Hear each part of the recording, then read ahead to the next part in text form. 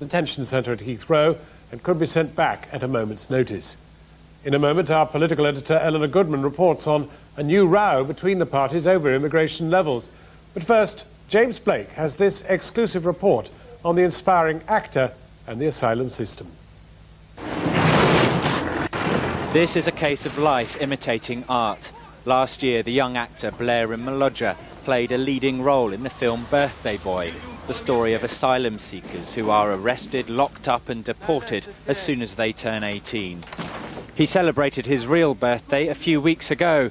Last week, the Home Office invited him in for a meeting to discuss his case. His foster mother hasn't seen him since. She says they were tricked. When I think back now, it's reality. It's what's happening.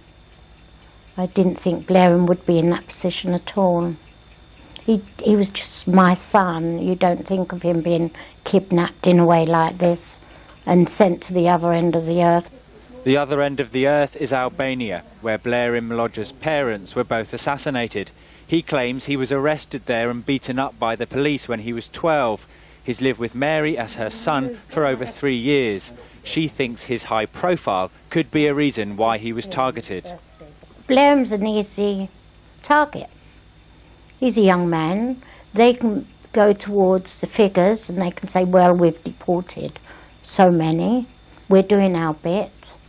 Why would Tony Blair do this? Because the elections are coming up. He wants to look good in the eyes of the majority who wants foreigners out the way. The Home Office won't comment on the allegations that they tricked Mr. Maloja when he was arrested, but made this statement today. We believe that it's possible to return children in a way that is in their best interests and is safe and sustainable.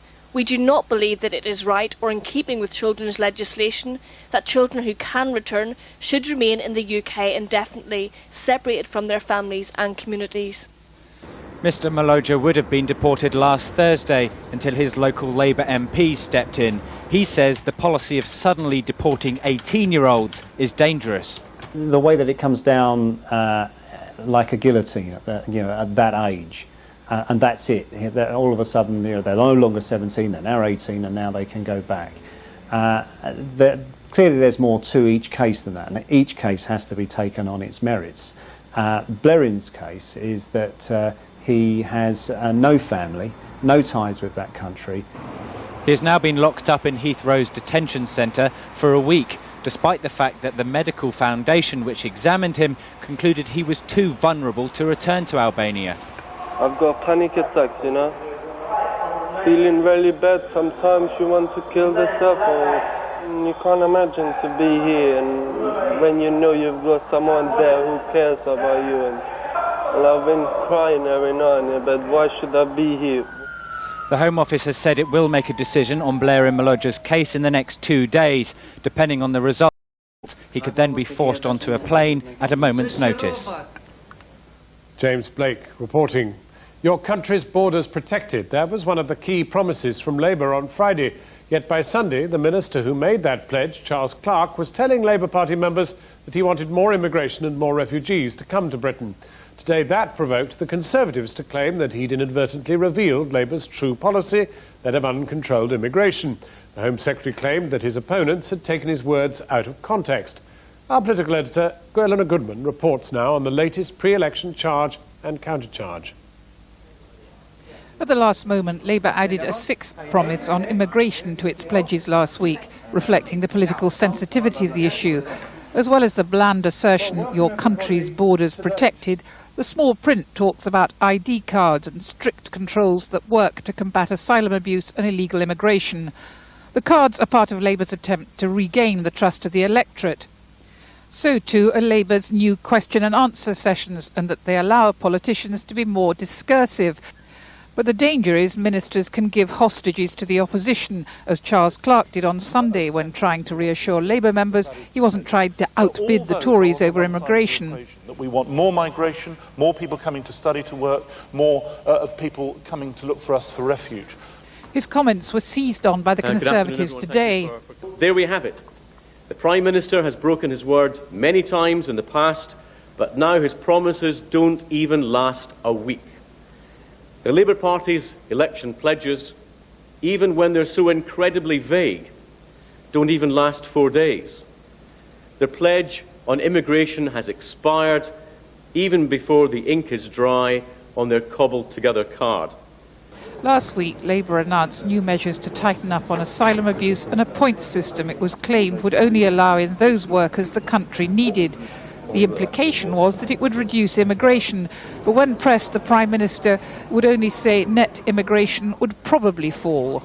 Surely people do have a right to know whether your aim is to reduce the number of people coming in on these as economic migrants. Is that your goal in doing what you're doing today? Well, the goal is to root out abuse, and that will probably mean a reduction in numbers, that's true. But surely the question is not, you know, exactly what number is right or wrong. The question surely is, what is in the interest of Britain? What does Britain need? The Conservatives say they would put a quota on both economic immigration and asylum seekers. Labour said that it will be immoral to put a quota on refugees, but immigration is the one issue that Michael Howard has the most popular policies. He hasn't answered the question that actually the bulk of inward migration is coming from Canada, from Australia and from former Commonwealth countries. If he's going to say we need fewer migrants, he needs to be specific about who he means, because there is a danger that his argument is actually a euphemism for race. Labour said today that it didn't want to put up a spokesman to reply to the Tory charges because they were so ridiculous. But part of the problem is that on the one hand the government is saying that it needs more workers from abroad to fuel the British economy and that it wants Britain to continue to be a safe haven for refugees. But on the other hand, it's saying it wants to clamp down on bogus asylum seekers, partly because its focus groups are telling it that the voters don't think the present system is working. The government says it's got the balance right, but it creates a confusion in the message which the Conservatives have been able to exploit today. And tomorrow the Tories will try to keep up the pressure by promising new measures on health tourism. Eleanor Goodman, Channel 4 News, Westminster. The baby boy rescued from the floodwaters of the tsunami has been returned to his parents. Sarah Smith with the details. Thanks, John. The true parents of baby 81, the child found in the debris of the tsunami in Sri Lanka, have been found. The boy became a symbol of the families that were torn apart by the disaster after dozens of parents came forward to claim him. But a Sri Lankan court ordered a DNA test and found the infant did belong to the only couple who'd filed a formal custody claim. His father is confident the court will now allow the boy to come home. Today I read the newspaper. The DNA test was handed over to court. I feel very happy. I'm 100% sure the court will return my baby to me. The Foreign Secretary, Jack Straw, says he believes there ought to be a diplomatic solution to bring Iran into line with the Non-Proliferation Treaty on nuclear weapons. Mr. Straw's comments came during talks with the Pakistani President, Pervez Musharraf, in Islamabad. I've been working very closely with the foreign ministers of Germany and France in the so-called E3 in negotiations with Iran to try to bring them fully into compliance with the Non-Proliferation Treaty and the other international instruments to which they are signatories, and so are we. We happen to believe that there can be, and there ought to be, a diplomatic solution to this problem. And at least 35 people in Tehran have been killed in a fire in a mosque. The state television reports that a further 200 people were injured. The mosque was crowded with worshippers for a major Shiite Muslim festival. Fire officers suspect an electrical heater may have been the cause of the blaze. The second stage of jury selection in Michael Jackson's trial has begun in California. Jackson arrived there a few hours ago for the proceedings. And in court today, the names of some of those who will be called as witnesses were read out. Friends of Mr. Jackson are on the list, including Liz Taylor, Quincy Jones, Diana Ross, Stevie Wonder, Uri Geller and Barry Gibb. And in a surprise announcement, Mark Garagos, who was sacked as Mr. Jackson's defence attorney last year, has also been called to testify by the prosecution. Now, a high-level delegation from the International Olympic Committee will arrive in London tomorrow to inspect the city's bid to host the 2012 Games. Ministers will have a tough job persuading them of the capital's merits over those of the front-runner, Paris.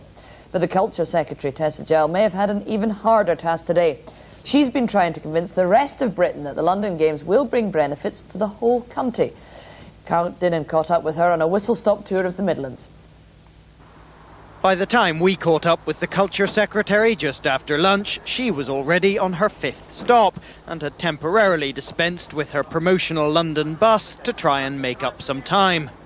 In case anyone thought the Olympics were just about sport and perhaps business, she was visiting the Derby Dance Centre. Britain's 2012 bid includes a 4-year cultural festival and, if successful, will also need a few dancers for the opening ceremony. Back on the bus with Nottingham her next call, we stopped just long enough to ask the Culture Secretary why on earth she was selling London's Olympic bid in the East Midlands. Business contracts will, scores of them for the infrastructure and services, will be open to any firm anywhere in the UK to bid for. And of course, beyond that, we'll be recruiting 70,000 volunteers to help run the Games. So, the list of benefits for the rest of the UK are endless.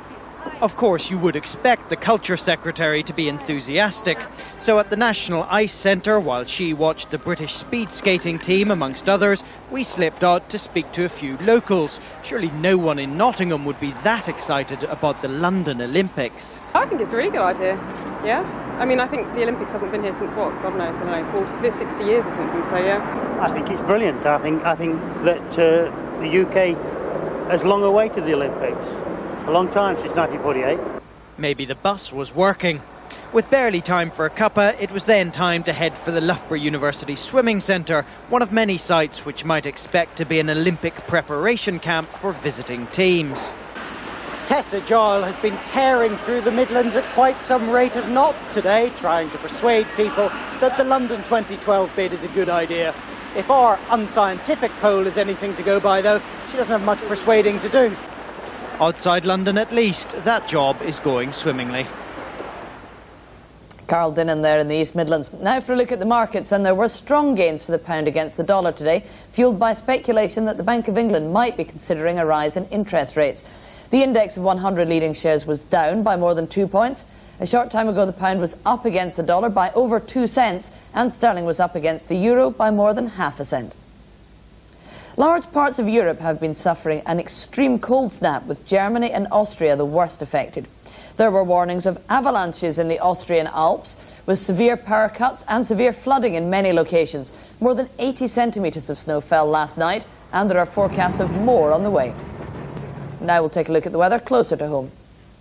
There was a lot of cloud around this morning, giving way to some sunshine, but it has brought some showers to eastern fringes too. Overnight, those eastern counties of England will continue to see a few wintry showers. Elsewhere, it will stay largely clear and dry, with temperatures dipping below freezing, so we can expect a more widespread frost than we saw last night. A few wintry showers linger in the east tomorrow, but most places will be dry and fine. Cloudier conditions spread into the far west later, with some light rain or drizzle. Winds will generally be lighter than recently, with highs of 9 degrees Celsius. And looking ahead, we'll see those winds continuing to ease and things will become a little milder. 7 young men shot dead in their home, 6 policemen on trial for murder. But the case has suddenly been thrown out of court. The country is Jamaica. The furore is over a high-profile case of what locals call downtown justice. Jamaica's police kill over 100 civilians every year, but are seldom prosecuted. Campaigners say the collapse of the Brayton case is yet another damning indictment of the island's judicial system. Here's our Home Affairs correspondent, Simon Israel. Their families had high hopes. This trial of police officers billed as a test of accountability for the hundreds shot dead in the name of Jamaican law. But it was not to be. The judge threw out the case. The prosecution had failed to challenge the police claim that they had acted in self-defense when they shot dead 7 young men. I'm gravely concerned about what this means for the justice system and for people's faith in the justice system. Had it gone to jury and the jury come back with not guilty, as I said, it went through the process. What never reached the jury was detailed forensic analysis commissioned by Amnesty International of the house where the youngsters aged 15 to 20 were all shot dead by officers of the notorious Crime Management Unit. They had always maintained the Brayton 7 died in the house during a shootout. A Jamaican government ballistics expert found at least 20 shots hit the house from outside and only 5 fired from inside. There were 50 in total, but official explanations, according to independent experts, didn't fit the patterns. One was that 4 armed officers burst through the back door returning fire, but there were no bullet holes in this wall directly opposite the entrance. Amnesty International did a very detailed analysis of some of the ballistics evidence in this case. For example, we looked at the way the bullet holes were spread out across the body of the young men. We looked at the way the bullet holes had entered the house, had exited the house. We showed that information to people such as an army major who was an expert on close-quarter combat, to a police officer who regularly dealt with ballistics, to a pathologist. All of them concluded that the evidence was overwhelming that this was an extrajudicial execution. The 7, said by police to be members of a criminal gang wanted for murder, died in a hail of bullets. They suffered a total of 46 wounds, 15 in the head. One, 20-year-old Andre Virgo, was shot 4 times in the head. A British police firearms inspector concluded he was lying on the floor with a foot on his neck, his head held still while the shots were fired. One of the officers cleared is facing another police execution-style trial later this year, alongside this man, Superintendent Renato Adams, who's come to symbolise the unofficial shoot-to-kill policy on the streets of Kingston. This case has been investigated by Scotland Yard. One source says they're confident it will stand up in a Jamaican court. Simon Israel reporting. When we come back, it is the subject matter for 2 films, with 2 more about to be released. But can the true horror of the Rwandan genocide really be captured on celluloid? Go inside the hotel.